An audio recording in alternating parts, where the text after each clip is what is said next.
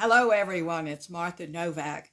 I'm so glad to be speaking with you today. We're continuing our series on vulnerability, and I hope our technology holds. It's a beautiful day, so sometimes out here in the country it doesn't hold, no matter what, but the weather seems to have something to do with it. So let's hope. We're going to continue talking, as I said, about vulnerability, but we're taking it in different directions today because vulnerability is one of those umbrella terms. You know, some people mean by vulnerability taking your clothes off and hopping in bed with someone. Someone else may mean an emotional vulnerability. I think in consciousness, vulnerability is a opening of all the bodies, mental, emotional, physical, and spiritual. That's the energetic one, and learning and growing and deepening and not having to be right all the time, but real. So that's what today and all of our shows are about. Oh, well, hello. Oh, yes, yes. Happy day to you too, Michelle. Today is the day. I don't know when the rest of you will be listening to the show, but today is the day that daylight savings time switches over to Eastern Standard Time, and I always forget it like 5 times. I'm so glad now the whole world reminds you that you have to switch your clocks back, because this morning I still woke up because one of my clocks had not been switched back. It's like, wait a minute, what time is this? So I'm the one that always gets confused about time anyway. So all the shows from now on are going to be about aspects of vulnerability. We're going to double back to the word from time to time. But you're going to see that it's a much more complicated subject than we like to think it is. It's not just being intimate with someone.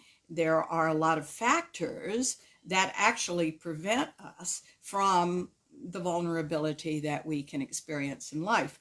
Now, what last show was about was why you want it. And I would suggest you should go back and listen to that, because any thinking adult is not going to go anywhere, right? Unless they have a damn good reason. So we listed those damn good reasons last week, that why you would want to open vulnerability in you. And we also said last week, just an overview, which is vulnerability. Well, hello, Kat. Good morning, good morning, good morning to everyone. I'm so glad to be back with my friends on Sunday morning. We want to not only open vulnerability, but we want to see indeed what our blocks are to it. That's what the hard part is, because the blocks are where you have to break down vulnerability. You can't stand under the umbrella anymore and say you just want that general thing. We have to work on the pieces. That's what today and the rest of our series is going to be about, breaking down the pieces. And as I said, I'm going to double back to vulnerability every once in a while and say, and this is how that would affect that, you see. So we talked about last week as well, being vulnerable in relationships. We're going to continue that work. Let me do our prayer, and then I'm going to cover some of what we covered last week, just a tidbit. And then we're going to go into vulnerability, and then we're going to start breaking down something that's pretty critical to vulnerability, and that's self-blame. We blame ourselves too much. For what? That's what I say. For what? Being human, that's really what it amounts to in the end. Being human, being misguided, yeah, so what? You're just talking about human nature. But there are things that we don't forgive in ourselves, and we cover those things up, and we call it blame. Let's do a prayer. Dear God, who is all there is, you who are all we are and all everything is in this world, we thank you so much for what we are about to do, to discover in us to be who we really are. We are on this path, dear God, to authenticity. Do not let us fool ourselves. Let us be content with the path until we get wherever it is we're supposed to get by the end of our lives, in grace and goodness, and in knowing that everything has indeed been 100% all right, and that love has been there the whole time because it's all we are. We ask now that we open ourselves to see, hear, sense, and know what you would have us do, as we open to the truth that lies in enlightenment. We ask now that we know nothing, for it is the you through us and through all things that know it all. And we open to that message as we walk our individual journeys and hear this information. We thank you so much, dear God, and we are the open system for at least for these 90 minutes, and so it is. Amen. Well, thank you for the hugs and kisses. I appreciate that more than I can say. Hugs and kisses are always welcome. Hang on just a second, guys. If you see me moving off the screen, as I was praying, I got some information that I needed to ask you certain questions. So I am going over to some notes that I made in class yesterday, so we can talk about those. If I can even find where I put it, we will be in good shape. If not, I'll save it for next week. Oh, here we are. I found it.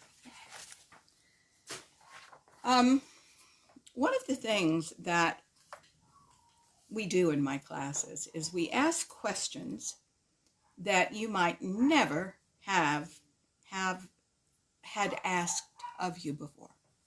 I mean, this is, after all, the kind of thing where we really must dig down and think. This is a show on consciousness.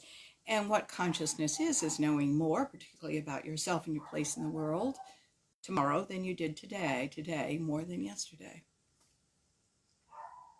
So this kind of self-inspection, if you will, is pretty critical to consciousness. Now, let's go back to last week's show, and then I'm going to bring you up to this one. And so here we go. We talked about, I'll even say something that I didn't say last week, which is, by the way, usually the case. I always, even if I'm lecturing on the same subject that I lectured on last week, it's usually got something else in it, because I go all over the place. Let's talk about sex for a minute. All right. People think having sex is intimate, and it can be, and it sometimes is not. Intimacy, real true intimacy, is really what makes sex so wonderful. And what do I mean? What I mean is by bringing your whole system, the whole reality of being, to that act. In other words, you have your mental body, you have your emotional body, you have your spiritual or energetic body, and they're all channeling through the physical body for the intimate, truly intimate act of sex. Well, the same thing is true about living in the world as a smart, vulnerable person. And I say smart because part of last week's show was that you better not open vulnerability if you do not bring along something that is also God-given, which is your discernment. Now, many people are terribly open and vulnerable in the world, and they make terrible decisions, and they trust the wrong people. And they have very, very hard lives because they have never learned that discernment is a good thing. Oftentimes, sometimes when we were children, and I'm thinking of a couple of clients that I happen to know about, discernment was discouraged in their home because the father or the mother was so dictatorial that they didn't want that child learning how to question them. They wanted them to, by God, obey. One of the homes was a very Christian-oriented home. The man was a minister. You went home and he beat his family. I'm going to say, don't think for a minute I'm saying that all people do that. That's absolutely not true. But I'm talking about psychologically. This is why discernment was left out. It is something that really must be picked up along the way in our emotional maturity. So in no way do I want you to do vulnerability work without also doing discernment work. You must bring that up and be very discerning. The truth is, everybody's got an agenda, and it may not be yours. But the people we feel most comfortable with are the ones that we share agendas with. For example, I hope you guys like this show. I certainly do. If you're tuning into it and you listen to it in any kind of regularity, you want consciousness. Well, that's what I want to give. We've got the same agenda. Some people actually don't have the same agenda from you. And some people really do quite evil acts and really don't have the same agenda for you. You have to learn to spot those things. And one of the things we talked about last week was that you must listen to that alarm bell that rings. We all have a lovely quality about ourselves, and that is we want to believe in the good of mankind. We want to believe the best of ourselves and the best of other people. That's intrinsic to you. But everyone isn't good. And the example I used last week was Ted Bundy, who I think is a good example of this. He preyed on that characteristic. Good morning, Lisa. He preyed on that characteristic that people wanted to believe the best. So what did he do? He pretended he had a broken arm. He pretended he had a broken leg. I can't possibly carry my books to the car. Will you help me? He approached a lovely, young, vulnerable woman who didn't necessarily listen to herself, because when you're 20 years old, 19 years old, your brain hasn't matured enough to realize what we're talking about right now, and certainly aspects of consciousness. So they would take his books to his car, and as they were leaning in to put them in the passenger seat, he'd bludgeon them, guys. Okay, don't tell me for a minute that those girls didn't have something that was going, not a good idea. Now, they listened to it or they didn't listen to it, and many of them didn't. It's a wonderful characteristic to have. I'm not saying lose this characteristic of hoping that everyone is just lovely. I am not saying that. I'm saying add discernment. Add discernment. Now, let's talk about relationships. I want to go through what I hurriedly went through last week, which is, what do you do when you and someone argues? Whether it is a person that is an intimate for you, a spouse or partner, or whether it is a business person or whatever else that you are having a fuss with. Certainly there are the proper words to use, and I want to put this on the table, that I always start out by placing everybody on the, showing them the highest self. I'll start out by saying, for example, if this is a business person, you know what I really, really like about you? Here are these things I think that are, and you can't bullshit this. This has got to be real, okay? I think you are very, very good to your family. I think you are trying to be kind to everybody. I think you are this. However, there's a little something here that I want to clean up between us. That's how to approach a good conversation, okay? So we can go on being wonderful together. When it's a spouse or when it's a partner, it becomes a little harder because you all are living in the same space, right? And that adds pressure, by the way. So what happens is when you have an argument about anything, it's usually about one of two things. Number one, you don't care about me. Number two is I'll never get what I want. Those are the two universal arguments. And no matter what the subject is, I bet it will fit into one of those two experiences. The madder you are, by the way, may mean that it fits into both those experiences, okay?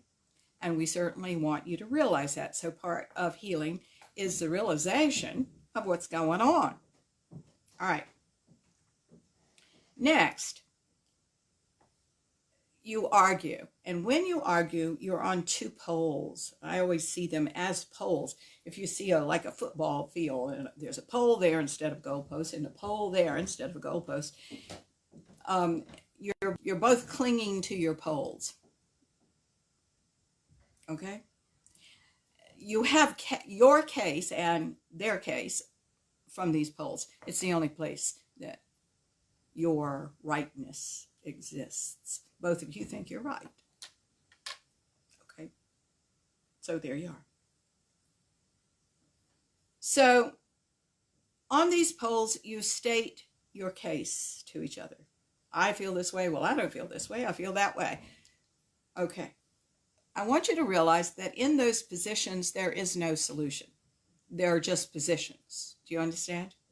Good. All right. So you're going to find out what this has to do with vulnerability in just a minute.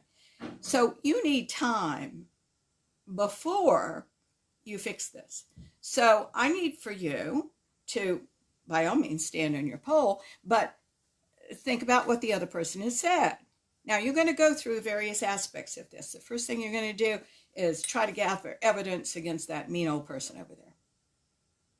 Realize what you're doing. And the thing is about holograms, and we're all in a hologram, and we have thought holograms, or everything's a hologram, is the moment you realize the hologram, the moment you realize you're building a case, for example, against that person, it pretty much collapses. No, I want to have 10 more minutes of building the case. Okay, take it, by all means, by all means. But then, after that, you've got to listen. Know what they said to you. Know what you are trying to present as well. Those things can only happen on these poles. All right. Now, the next point is that you need to make yourself happy in the meantime. You need to not dwell on this. You need to have a gratifying life. What does that for you? I'm not just talking about going in a hidey hole and putting the covers up over your head. It may mean that you want to go and buy something lovely for dinner, or it may mean that you want to call a friend, or you may want to work on your book, or you may want to watch some television. But it's not the end of the world. And you need simply to, as you're getting over this, you need to absolutely breathe through it, and you need to remind yourself that life is real good in other aspects. You're just having an argument. Okay, do it. Okay.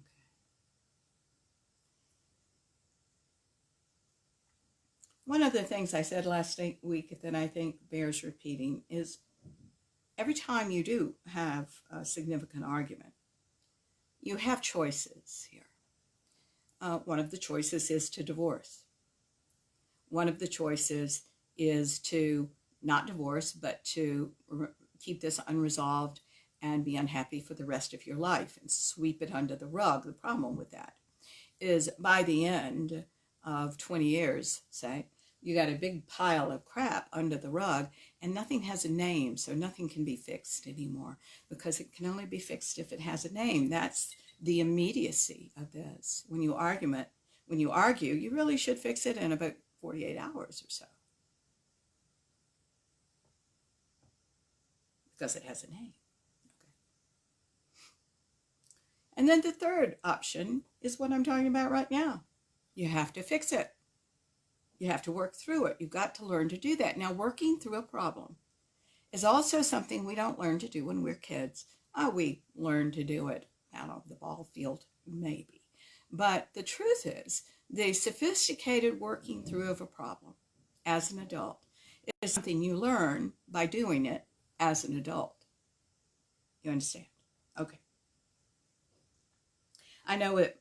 Michael and I decided along time ago that the first two options that I just named of dealing with things were not what we wanted to do, and that we would always try to work it out. And that doesn't mean he's not fighting for his side and I might be fighting for mine. But there is a trick here in the words I just said, because there are no sides. You understand? But our ego child's mind thinks there are. So this is the process of transcending that ego child's mind, isn't it? Where the solutions lie. So when you get better and you are not angry so much anymore, this is where you're transitioning from the ego child's mind self that said, I didn't get what I want, and that person doesn't care about me, and you come together in solutions. Now, to do that, you can't stand on your poles anymore because the solutions aren't there. This is where vulnerability comes in. You've got to make your way to each other emotionally naked in that field and stand in the middle. You know, I remember reading a play by Schiller called Mary Stuart. I was actually in that play at one point. And there is such an incredible scene in that play. You know, Mary has been imprisoned for many years by Elizabeth. They're cousins.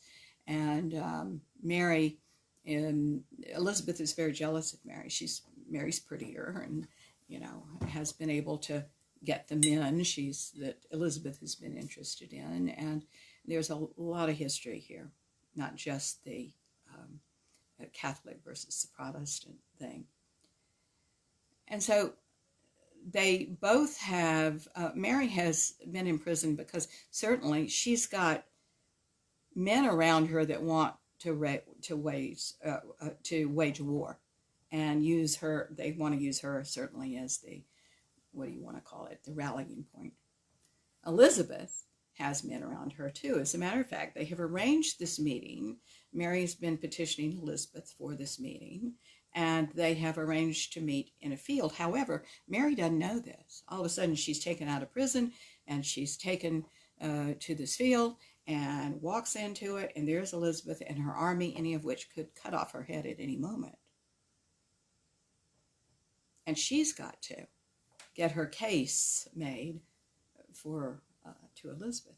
Well, what comes out through this incredible meeting is that indeed Mary is furious. She tries everything. She's a marvelous role player. She tries being, you know, obsequious. She tries to, you know, please her. She tries to reason with her.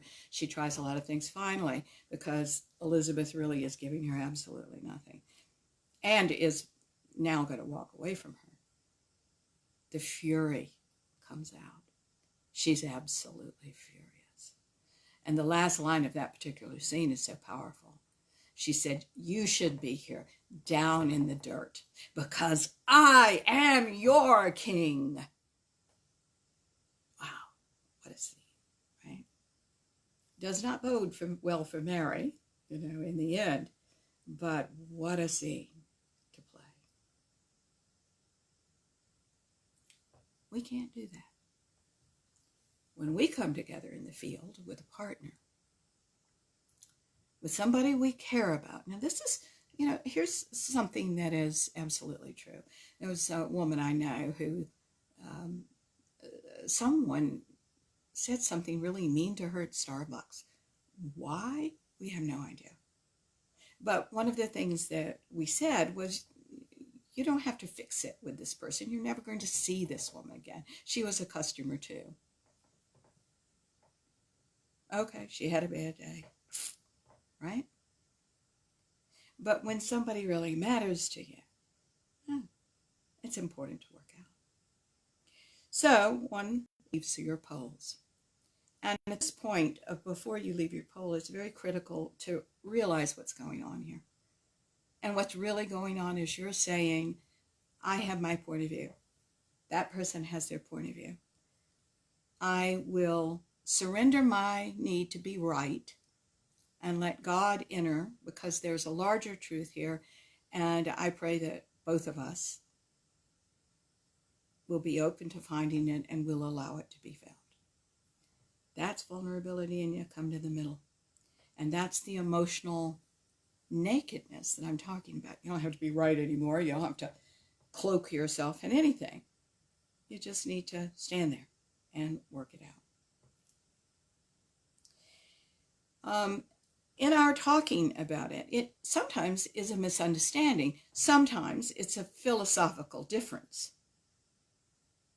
You understand? Sometimes it's a misunderstanding. Sometimes it's a philosophical difference. The way you see life is different. All right. The whole point of this is to realize which one of those it is and to come up with a solution together that's fair and equitable and a new policy that you can do every time. So anytime something like this comes up again, it's about policy. It's not about your feelings anymore. And you just do that, and this is off the table as an argument, you see. The powerful thing about working problems out that way is that you tend to love each other more after this is over. And this, I think, is the real excitement and the real joy and the real opportunity to grow together in deeper ways through the years. The reason I say that is you have just unearthed a pocket of unlovingness in you. And you have worked, and that energy transforms into a deeper level of love. It always does. Anything released transforms into a deeper level of love. And that's why consciousness, with this kind of work and getting yourself out of your way and opening up to not needing to be right anymore, but working out solutions. See, the need to be right each time replaces working out solutions. You do understand that. They're just different uses of energy. If you do one so exclusively, you can't get to the other, right? Good. So it's very, very important that you see, wow, I love this man more or this woman more. I have an appreciation in a deeper way that I've never had before. Now, if you do that every time, that's how to grow together in love. That's how to do it. But to do it, you're going to have to be vulnerable. All right. I make it sound so easy. I know that, sweeties. It's not that easy. And sometimes it's out and out confusing. I have a theory about confusion. And my theory is that we are often confused because we really don't want to see what we're doing.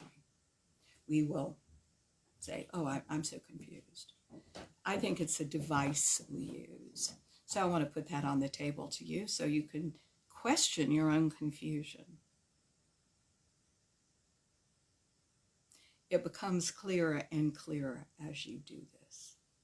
So, however awkward the first attempts are, mine certainly were years ago, I think it's really important that you do them.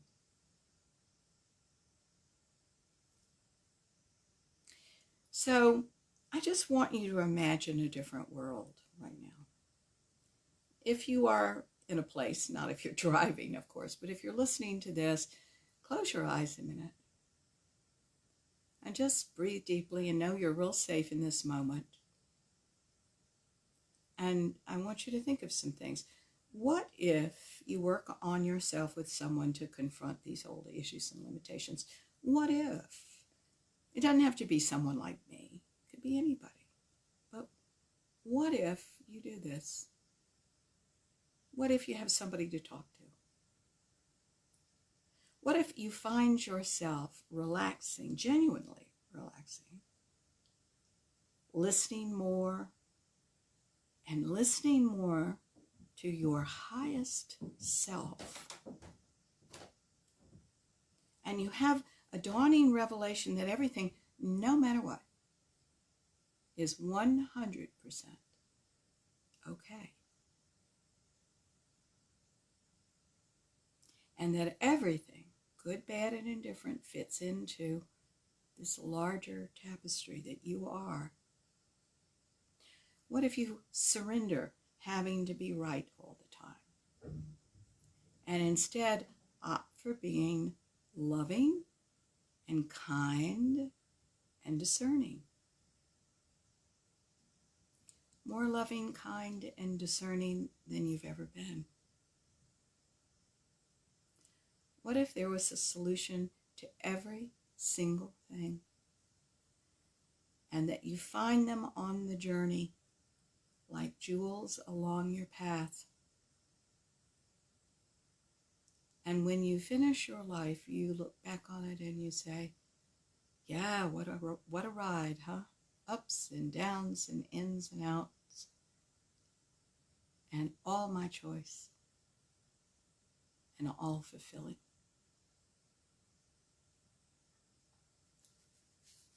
Well, guys, you can certainly open your mind now.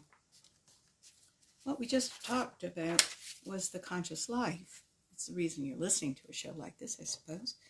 It doesn't mean that for, bad things, quote, bad, that things don't happen. It's just that they're in a perspective. And it's not the end until it's the end and you get what you want and that life goes on. We must not forget we're creating all this ourselves. I'm going to pause right there because there is a caller coming in, and I'd like to go to this person. All right. Hi. This is a 519 exchange I'm speaking with, and this is Martha. Are you there? Hi, Martha. This is Jennifer. Well, hey, Jennifer. How are you? Good. I've got a question. Okay, it's about vulnerability, sort of, but how you're talking about how you can't bury the stuff under the carpet. Yeah. But if you're with someone who you can't have that conversation with, Mm-hmm. And it just keeps getting swept under the carpet, you know how people check out emotionally? And I think that a lot of people do this. They just say, okay, what's the point? And they're just there. Yeah. What do you do once you've checked out to be back into the swing of things? And I think it works with jobs too. So we're not talking about, I want to make sure that I understand this so I can answer this question for you, because I think we're going to have several different answers here. But we're talking about you, not necessarily you, but let's say you checking out, or when a partner checks out and you haven't. Which one are we talking about? You checking out? Is that the one we're talking about here? You checking out, because my question really is, how do you check back in? All right. And that's good to do that. First of all, I'm going to start in a strange place for you. But anybody will understand this if they've ever had a little cat, okay? Little cats love to play with strings. They love to catch, little proverbial moths and, little things that fly through the air. But what if you never let the cat catch the string? Well, it actually turns into something quite sad, because the cat won't play with you anymore, because it knows you will never let him catch the string. And I say this because human beings are no different. If you're with someone who just always shuts you down, if you are with someone who is constantly telling you no, or trying to control, or doesn't see the value of who you are intrinsically, it can shut you down. And you do have the choice of saying, I'm done, or this phone call that you're making, Jennifer. So I do have some suggestions now. With that said, darling, I not only tune in to you, but I've got to be aware of there are a lot of other people I'm speaking with too that are not you in this radio audience. So there are two things that I think of, even three that I can think of, because a lot of times you're shutting down for the wrong reasons. You're shutting down sometimes because there really are genuine misunderstandings. So, in other words, if you will both participate in finding out who you really are and where the misunderstandings occur, that's a really powerful exercise. For one thing, it's very important to know your love languages. There are tests on the computer, which are free, that will define which love language you are. The number one, I'm interested in the primary one. For example, I am words. You need to say pretty words to me. I need to hear words, okay? My husband's lowest thing is words. His is touch. So he, when we first married, my husband's Austrian, we'd go to Europe and we'd go for an extended period of time. And what was so difficult was that I had nothing to do. I like to be of use. I love words. So I found myself staying there after I saw the sites, which I thought were very interesting, right? And went on the tours and everything. But after you do that for a while, and there are no more tours to go on or anything else to do, I found myself more entertained with a good book. And I thought, well, this is really strange. Here I am, and I would rather read a good book because of the words. I found myself, and I don't speak German, I found myself looking at the billboards, and all I'm looking at are the words, and I don't understand those words. Very disconcerting to begin with. Now I do understand a little more. I can usually read a billboard and get an idea of what it's about.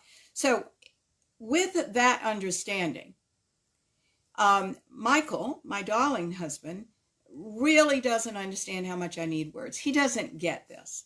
He's an engineer.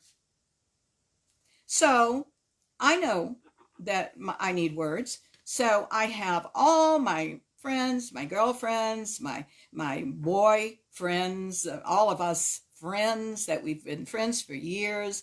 And it's really fun to get together and talk in a different way than sometimes I do with Michael about certain things.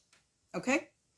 So that's one thing. You have to be realistic about what you're going to get from this person and what you're not going to get. There's no reason for me to hold that against him. He doesn't do it well. He tells me all the time he loves me, and that's great. And he fixes my lamps. There's barely anything that breaks in the house that I can even be aware of before he has fixed it. That's his service.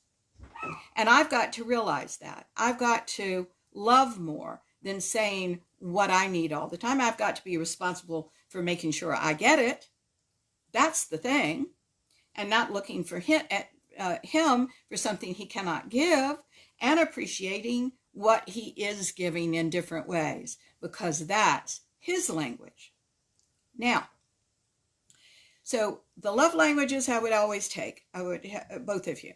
The second thing I recommend, and I think I've said this last week, is on a website, and I just use this website because the test. Hello, Jay. Yes, daylight savings time. Good morning. Yes, good morning to all of you all too. There's another test that's on the website humanmetrics.com. METRICS. Humanmetrics.com is just one of the free sites that will do a Jungian, this is based on Jungian psychology, Myers-Briggs test. It's the first little square you see. It takes about 10 minutes to take. It's a marvelous test. It is a wonderful test. And here's how I want you to use it, though. I want you to use it any way but this. I want you to take the test. I want you to see what you are. I want you to find in their one-page description of you, short and sweet, the one thing that is your focus for life and makes life worth living for you. I don't know whether I have mine in front of me, do I? Did I bring it down? No, I didn't. Mine says something, and I'm paraphrasing here. It says something like, my only focus is to try to make people's lives better. I want to bring value to people's lives. I want people, and by the way, that extends to animals. I want everybody to have a better life. That is the thing that drives me. It's the only thing, Jennifer, that's driven me since I was a child. I want to make people's lives better. I make a mistake, I'll have made my glorious ones in my life. I'm going to talk about it with you guys so you can be aware and hopefully have a better time than I did figuring all this out. My husband, being the engineer, measured an INTJ.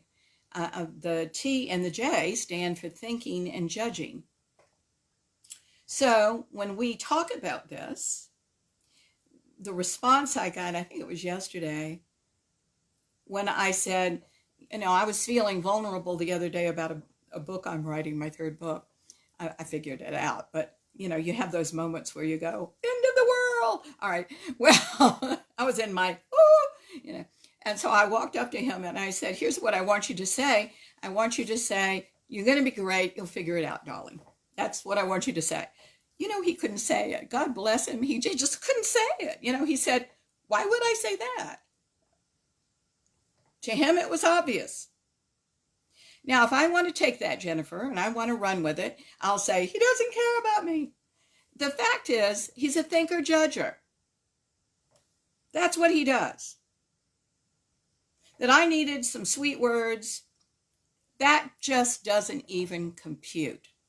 So I called a girlfriend. I said, okay, here's what I want you to say to me. She said, you're going to figure it out. Everything's going to be fine. Within 10 minutes, it was fine. So we have to know who we intrinsically are. I would be very curious, Jennifer, knowing what your focus in life is.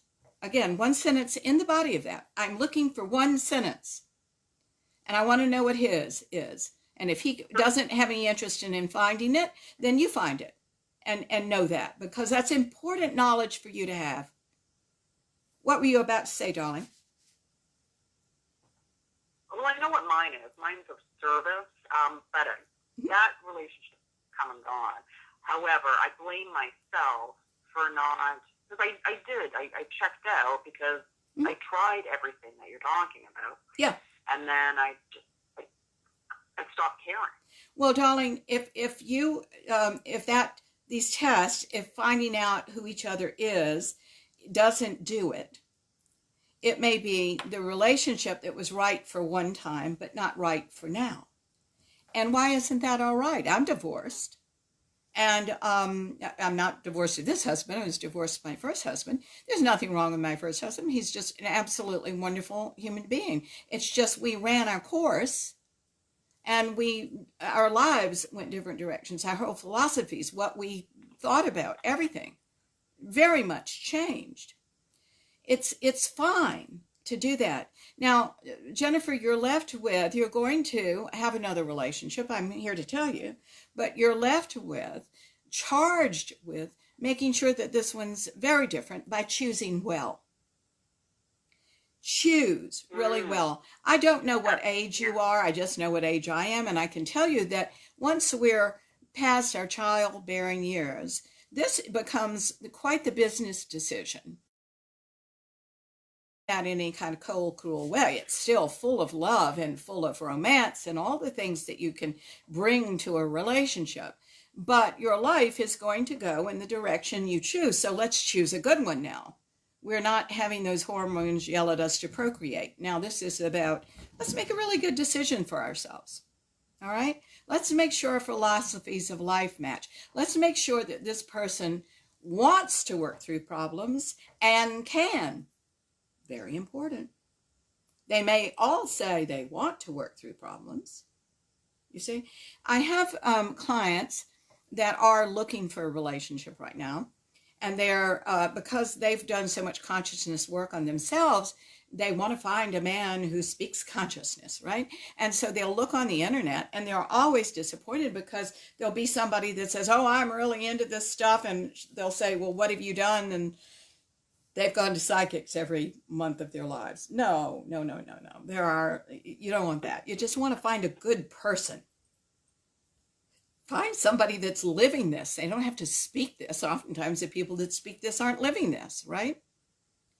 So it sounds to me like Exactly. that you're beating yourself up a lot for moving on when moving on was probably the best thing you ever did. You know, if you, I think so. That's probably what it is, and I think it has to do with I think with the whoever you're with, friends, coworkers, whatever. By being truthful, like is what you're saying, being yourself and allowing yourself to be seen for who you really are, is what we're here meant to be doing.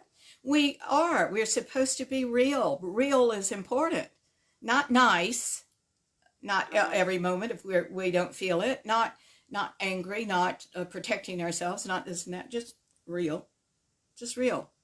And in that we have all of our gifts to give the world. Now I do have something that I want to put on the table for you, and that is this, and this is really kind of for the studio audiences. I mean, the studio audience, listen to me, the radio audience as well. um, Jennifer, when a relationship ends, most of the time it's very difficult for us because we are um, in love with the hopes and dreams we had with that person. We're not in love with the person anymore. We're in love with the hopes and dreams we had with them. And there's a powerful waking up that must happen here. That are you worth doing all this for yourself? Are you the one that now you are going to work exclusively for and have a wonderful life for? And in that, there probably will be another relationship. I know there will be for you, but I say this to a wide audience. So I think it's really important for you to look at this and do see if you have some hopes and dreams that you are not now moving on to fulfill for yourself. That may be part of the Mm-hmm. reason you're still hanging on to the old story. Do you forgive him? Do you forgive him? Mm,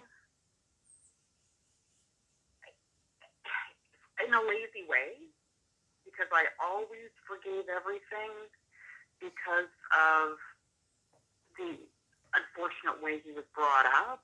It was Mm-hmm. always, it was his upbringing. But then Yeah. you get to a certain age where you go, okay, well, he should be over that now. Well, darling, that's no excuse. Everybody I know has had Mm-hmm. incredible challenges. Some, more horrific than others. And my God, they're some of the most incredibly loving and conscious people there are. So it's the choices that he alone made, my darling, to stay in that crapola. Okay. Mm-hmm. So I think Yeah, and I though, think he wasn't living his truth. yeah, So, and I think the biggest problem. yes, exactly. Do I forgive that? I don't know. Should Well, I forgive? absolutely. Because the what's underneath that is you're not forgiving you for falling for it, for getting into it. This is about, Okay. I think, the forgiveness of you and the forgiveness of the time wasted, because nothing's ever wasted if you apply all these lessons to somebody else. Wow, you're going to have a Right. lovely relationship. But there is a stuck quality here, and I do think it has to do with honestly everything we've talked about here. I think this is also you've got to understand that here's a radio show on vulnerability. Well, vulnerability, when you break it down, is blocked by self blame. Welcome to the club, right? By non forgiveness of self or others. Mm-hmm. Welcome to the club. So you're blocking some of these things right now, my love. That's what's going on. So let's take the energies back from those lesser ways of doing this and let's put it into your smarts and your discernment and your lovingness and your ability to get out there and really read people really well and choose a better one for your life now and for your consciousness now. Excellent. Thank you very much, Melissa. Okay, sweetie. So you're for what you want, you're using your energies in a direction. It's like you are on a path, right? but you've gone to the right and to the left. You're taking all these little bunny trails off the path. And I need for you to get back on the path and create the life you want. You get it. To be of service. Well, and going to that, thank you so much for taking the Myers-Briggs for knowing that about yourself. I want to say that the reason I often say, well, let's find out who you are, is because when we veer off that path and we're not, in your case, of service anymore, we're not happy. And we get stuck in these little pockets. And the fact is, we've got to make you happy. You've got to create the life you want. You've got to know that nobody's got any kind of hold over you. Get back on the path. Go. Be of service and enjoy your life and create a partner out of that wonderful, expansive energy that understands that. You get it? I get it. I'm proud of you, Jennifer. Thanks, Martha. Good for you, sweetheart. Thank you for calling today. And let me know how you are. I've enjoyed every time we talk, so do let me know how you're doing, okay? I will. And thank you for not having just music show. Oh, not having what, darling? The last few times we haven't been able to hear the show because music's been playing. Oh, so yes. Thank you for being able to hear the show. Well, yes. And darling, there is not a darn thing I can do about that. I think I talked to my IT person about this, and my husband, IT person too. And he said that he thinks that sometimes if our speed is too slow, we don't actually get to blog. And so if my show is supposed to be on and yet they haven't received our signal, they play the music. So I'm really sorry about that. I wish there was something that I knew to do. I don't. I mean, we sit here in paradise where I live because it's beautiful. There's the lake outside. It's perfectly gorgeous. But the downside of living in paradise is there are not enough people up here for them to bring, say, fiber optic cable out here. They're just not going to make enough money. And the communication service that we have available, and the only one we do, is slow. The speed is slow. So we're certainly doing the best we can. Don't give up on me. And sweetheart, if for some reason it plays music again, listen to another show. Everything's free. Everything's archived. It's on Blog Talk Radio and on Facebook Live and also on YouTube. These things bounce to that. So there we are. Okay. Thank you, though. Thank you. But I think that's what's going on. All right. Take care of your sweet self, okay? Bye-bye. All right. So, ladies and gentlemen, we are live. I forgot to tell us that today. Our guest call-in number is 347-850-1647. So if you'd like to talk to me about anything, by all means, call in. We're talking about vulnerability, and man, that was a great thing that Jennifer called in about. I think that was it. You all don't realize that you're doing me tremendous favors when you call in and ask questions. The reason is it gives me the opportunity to say things that I might ordinarily not say to people, So there we are. Thank you, Jennifer. All right. Vulnerability. I want to tell you, and this is something I don't believe we talked about it at length last week. Vulnerability really is the rapport with all life. It's really people, animals, and nature, other culture. Everyone feels vulnerable. Everyone feels the emotional connection there. Oh, yeah, you can be brainwashed out of it in your family, in cults, and in other cultures. But nevertheless, it is intrinsic to you if you don't bury it deeply, of course. It's the opening to God. It's the privilege of saying, I don't have all the answers. And the absolute relief, and there is a relief here, of saying, I don't know. But far from being left confused when that happens and alone, which we often feel in our ego child's mind, it is actually the opening through which God comes. And I think that of all the reasons that vulnerability is a darn good idea, I think it's that one. You will never feel alone in that energy. Certainly everything is part of the oneness of God. I go back to the Trinity. I interpret the Trinity rather differently. The Father, the Son, and the Holy Ghost. If we think of the Holy Ghost is everything that you're not, that is God out there. The trees, the sky, the lake, the air, the boat going by, everything, part of the outer aspect of God. The Father, take it out of the context of the physical Father, but the spiritual Father is who we are, is the energy of God as us. And the Son, of which so many people claim Jesus as the only one, unites the inner experience with the outer experience. But I think that Jesus, in this case, is a placeholder for you. We must step into the middle with our humanness and unite those pieces of us.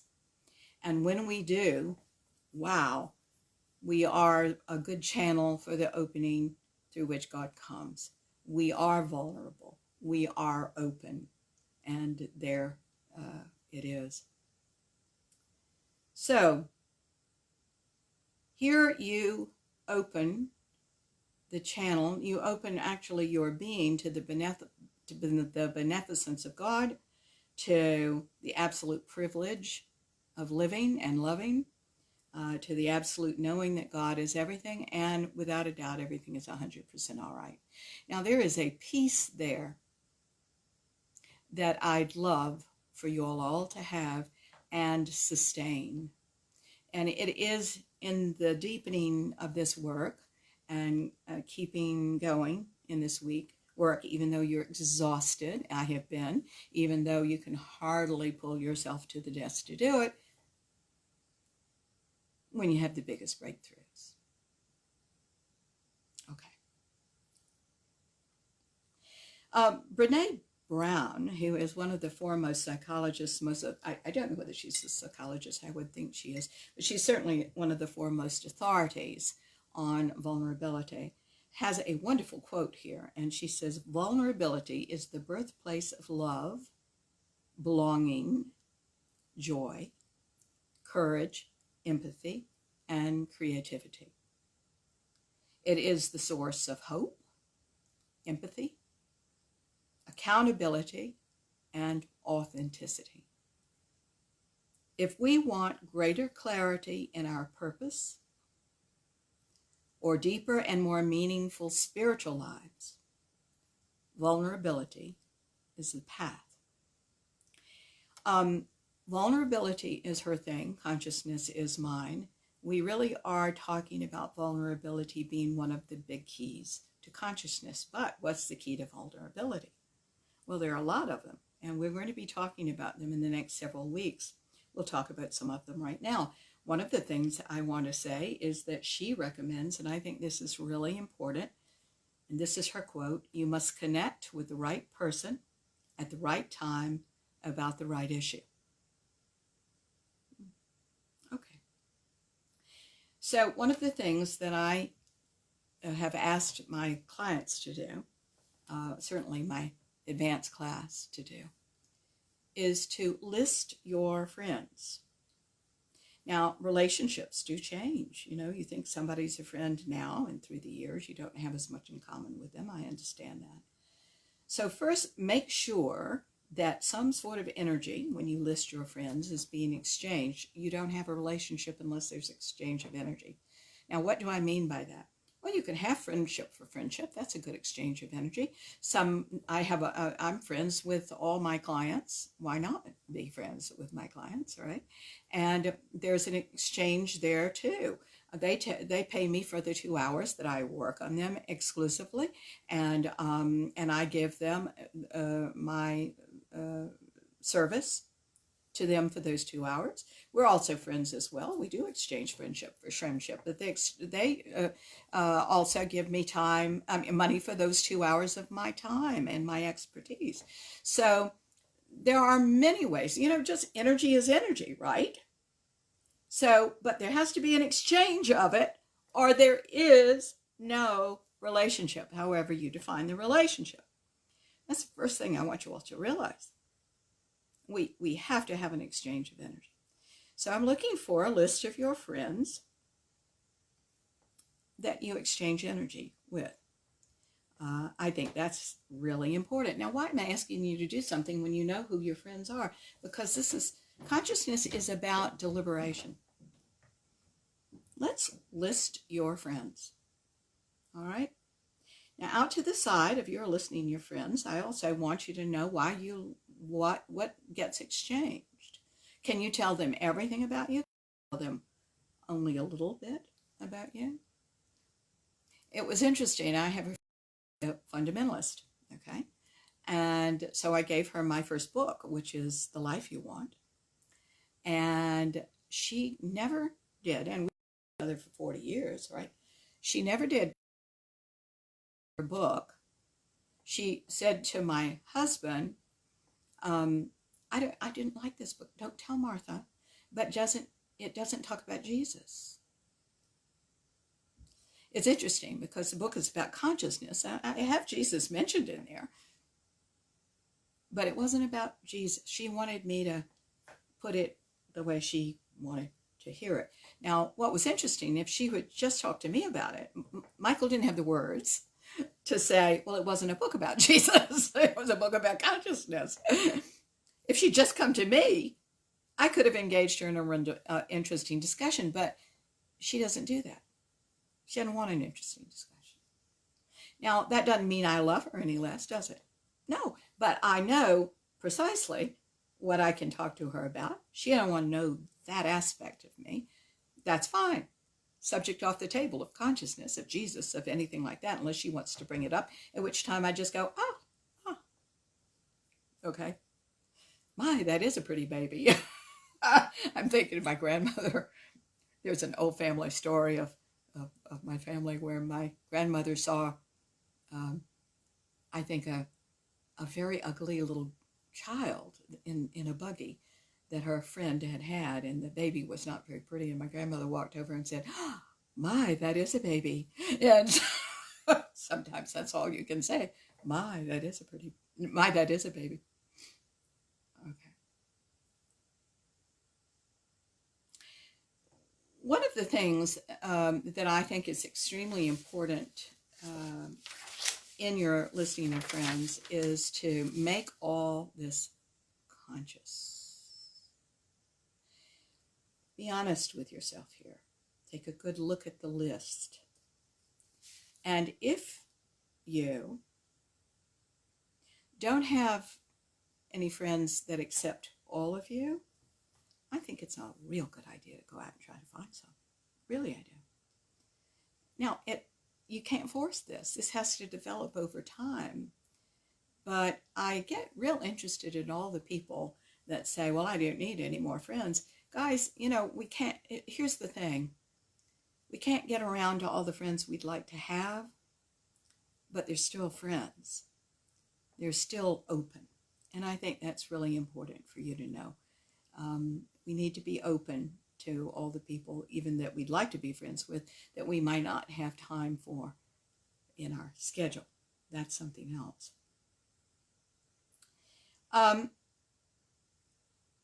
It's fine for you to have family members on this list. That's no problem at all. But here's what I'm going to ask you to do. I'm going to ask you to cross out all the family members and all the people that can just accept a little teeny part of you.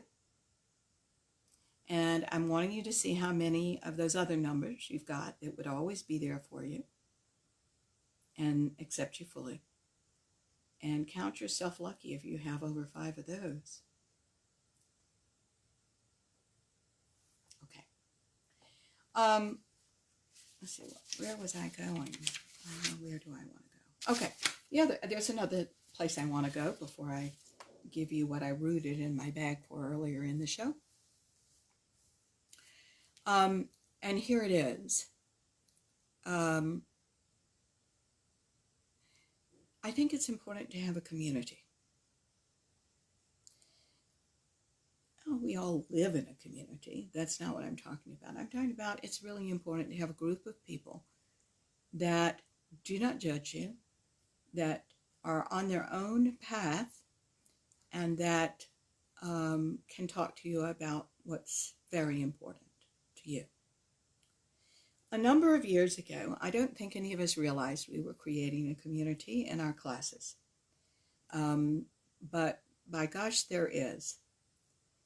After being together anywhere from 14 to 19 years, maybe even longer, maybe it goes up to 20 with one person, all of us realize very clearly, and certainly people have come and gone in those classes, that, wow, these people know me better than anybody in the world, and they love me.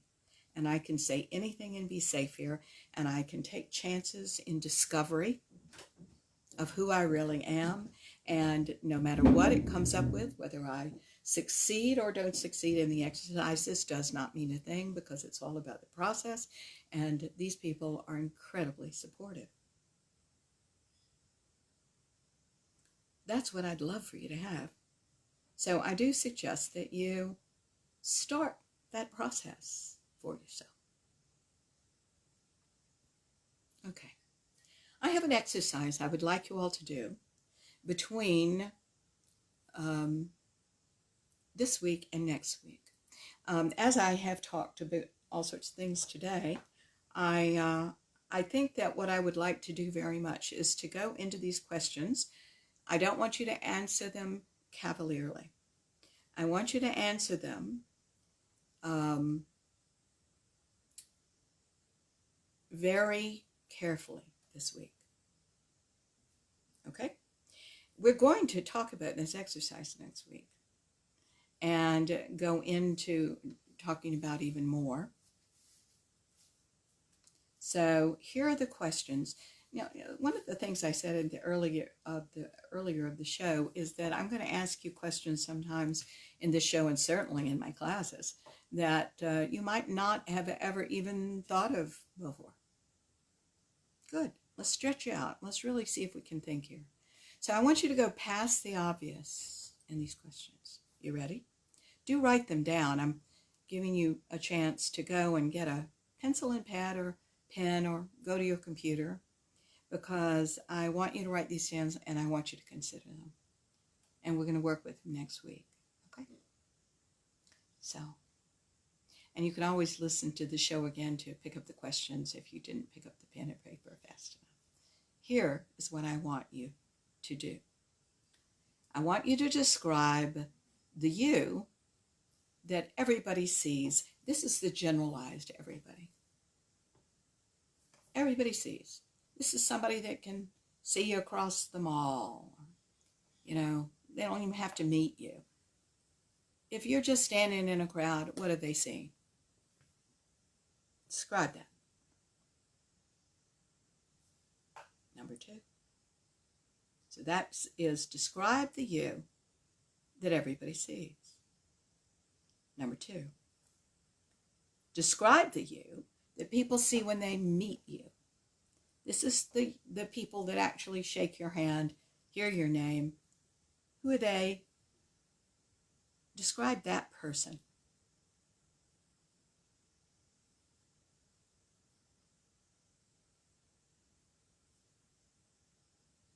The next one, number 3. Describe the you that your friends, these are general friends and acquaintances. Describe the person that your friends and acquaintances see.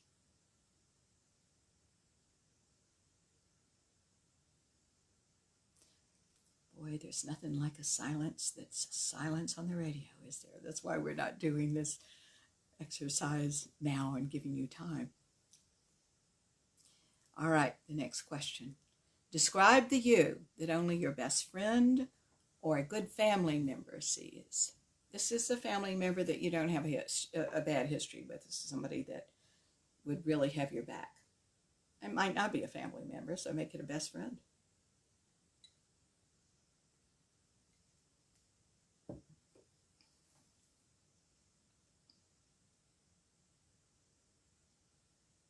The next one.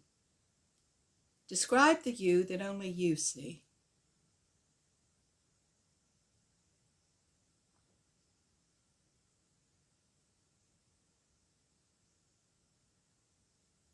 The next one is describe the you that is still hidden. I got real tickled in my advanced class when I asked them to do this. And they said, well, how do we find it if it's hidden? And I said, because everybody knows everything. You all know everything. You know what you're hiding. You do. So I don't buy, oh, I can't find it because it's hidden. No, you know what it is. Describe the you that is still hidden. And the last one, and this is not the same thing as the question I've just asked, so I want you to know that it's not the same thing. Describe the deepest part of you.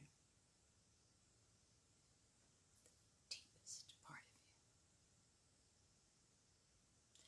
you. Now, I hope you'll do that exercise.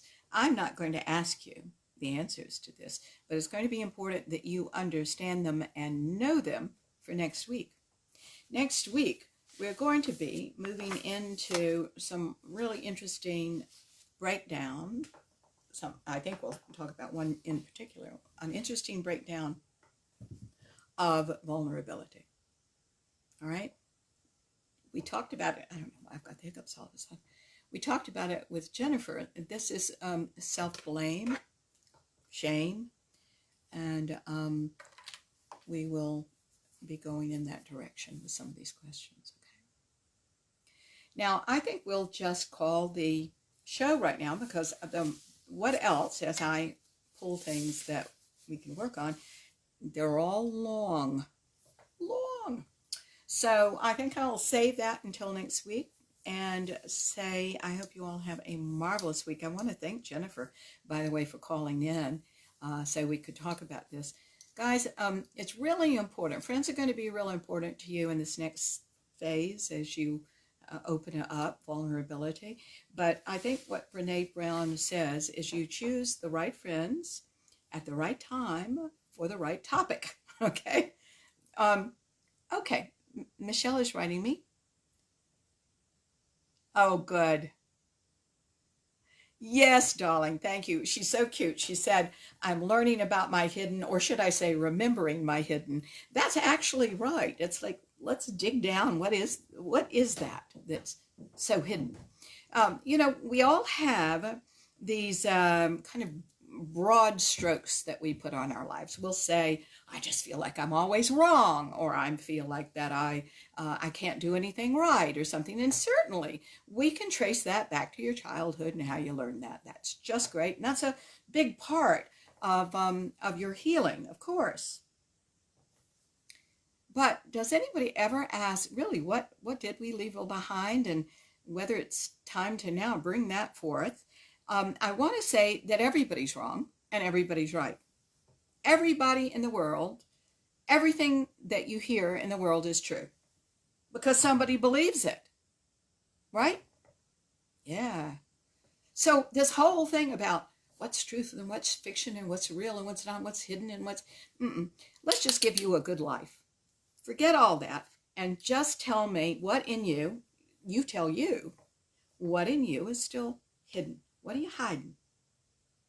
Are you hiding that you feel like that you're wrong all the time? And is that why you're not stepping forward more? Well, everybody feels that way. But the strong ones, if you're just going to step forward anyway, you're going to do your research. You're going to make sure everything is in place. You're going to learn along the way. You're not going to fold up when something happens that is a mistake, because if you make 10 decisions, about 3 or 4 of them are going to be mistakes. That's life. We've got to learn to accept ourselves and accept our humanness, you see? Because in that, you're the channel for God. And let me tell you, if this world needs anything, it needs more channels for the ascended experience of God. And that's why you're listening to a show like this. Guys, I'm so proud of you. I'm proud of every single one of you. I thank you so much for the writing in. I cannot thank you enough for befriending us and for recommending the show to other people. Every week there are people that come in and because you've said something, you know, and they're checking us out. And it just means the world. I can't tell you I appreciate this. We're really trying to get the word around to community that really, really wants what we have to say. Aren't you, dear? Thank you, Michelle.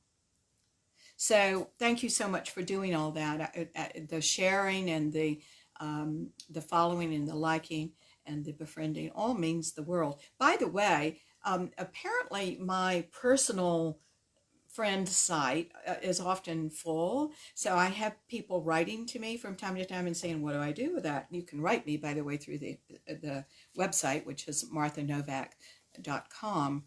And I say, go to the page, the professional page, Martha Novak on Facebook, and we can be friends for life. I just think that's a great idea. Okay. All right, let's do a prayer and put all this in place inside for you. Let's give, it's to work on the exercise I just gave you for like a week. Just as you're going to bed every night, write a little bit on it.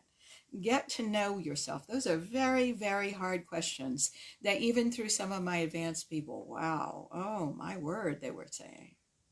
Never thought about a question like that. Okay? All right, guys, let's do a prayer. Thank you so much, dear God, for the opportunity to be together today, this Sunday. We open ourselves to all the new as we go into our different times here in the United States. We know around the world people listen to this show, and we open ourselves now to the newness that is here and now in this day and in all the days hence.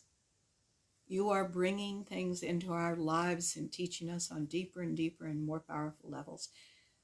And the only secret to any of this is our cooperation.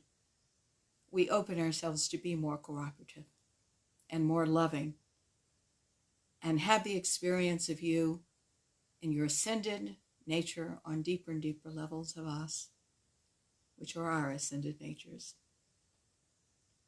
We ask now for that kind of union to take place in us with you, where you have always been. We appreciate the oneness of life of which we are, but you are all we are, and we are listening, and we are uniting ourselves, the inner and the outer, in the grace and goodness of how things are and of what is right now. We thank you, dear God, for all of this.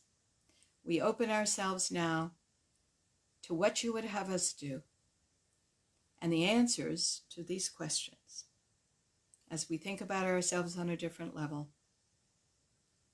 And we thank you for everything. We are grateful.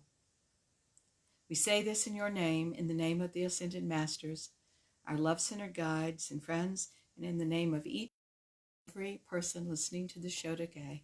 We surrender anything we can and with that energy. And so it is. Amen. So guys, thank you so much for being a part of all this today. Thank you, Jennifer, for calling in with that wonderful question, and all our friends that we've just communicated with. You guys have a great week.